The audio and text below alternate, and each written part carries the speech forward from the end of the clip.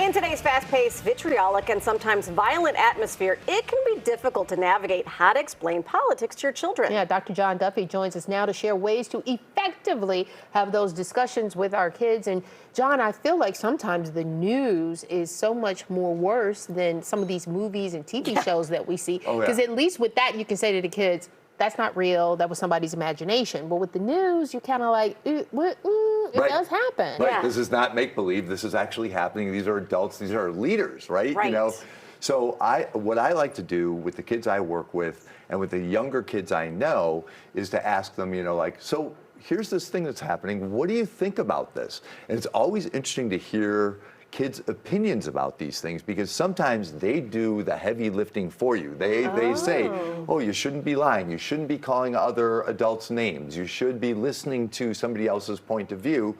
They're being taught this in school at early ages. So in a way, they're trying to teach our generations, you know, future generations or earlier generations that, you know, like, this is not how you treat one another. So kids already have this lesson well in hand. So it's just a matter of like kind of reminding them, you know that this is not okay an awful lot of the time. And when you bring stuff up to kids, like I have two 7-year-olds, I'm not mentioning anything about the assassination attempt to my 7-year-olds. And I don't even really know at this point what my 14-year-old knows, but it's probably nothing. Or what they've learned on Reddit or on, you know what I mean? So it might be misinformation, it might be disinformation.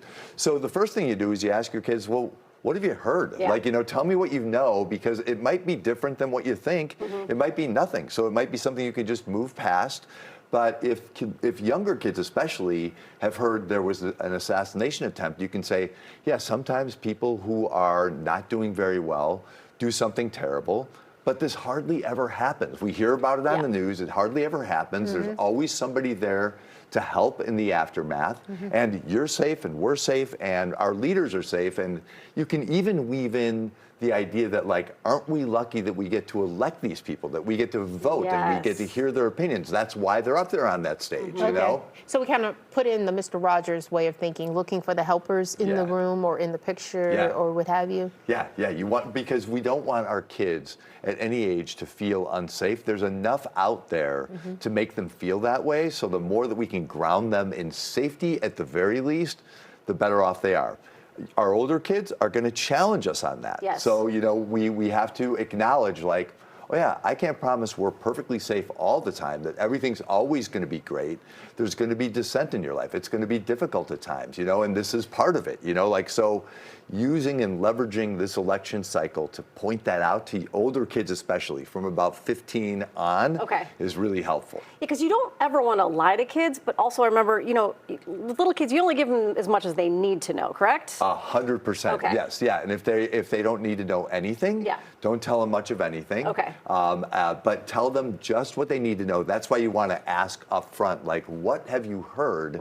Because it might be, I haven't heard anything, you know what I mean? Like, and then you can let really them do let most that go of the for a couple talking, of years. and then you just deal with it. We were just talking about, we're of that generation, that Gen X generation, where you just rub a little dirt in it and you're okay. Does it always have to be, we have to get all of this out, we have to get all of our emotions and feelings on the table?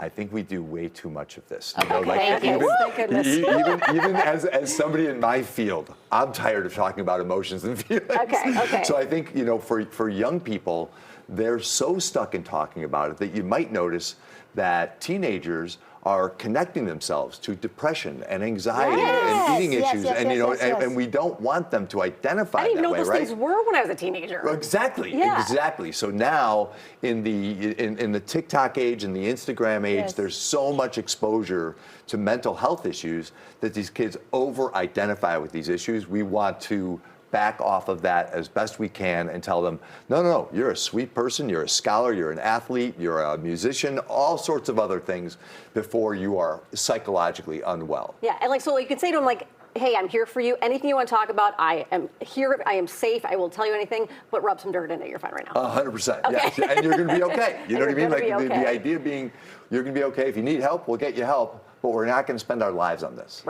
So now, when we start getting into the whole political thing, that might be a whole different thing. Is it safe to start telling kids about your political views, or should you just kind of get out of that, stay out of that?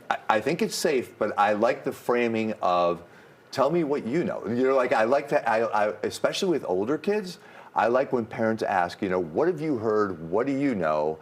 And then sometimes you can have this really healthy discussion or even debate with your kids. And older kids, teenagers.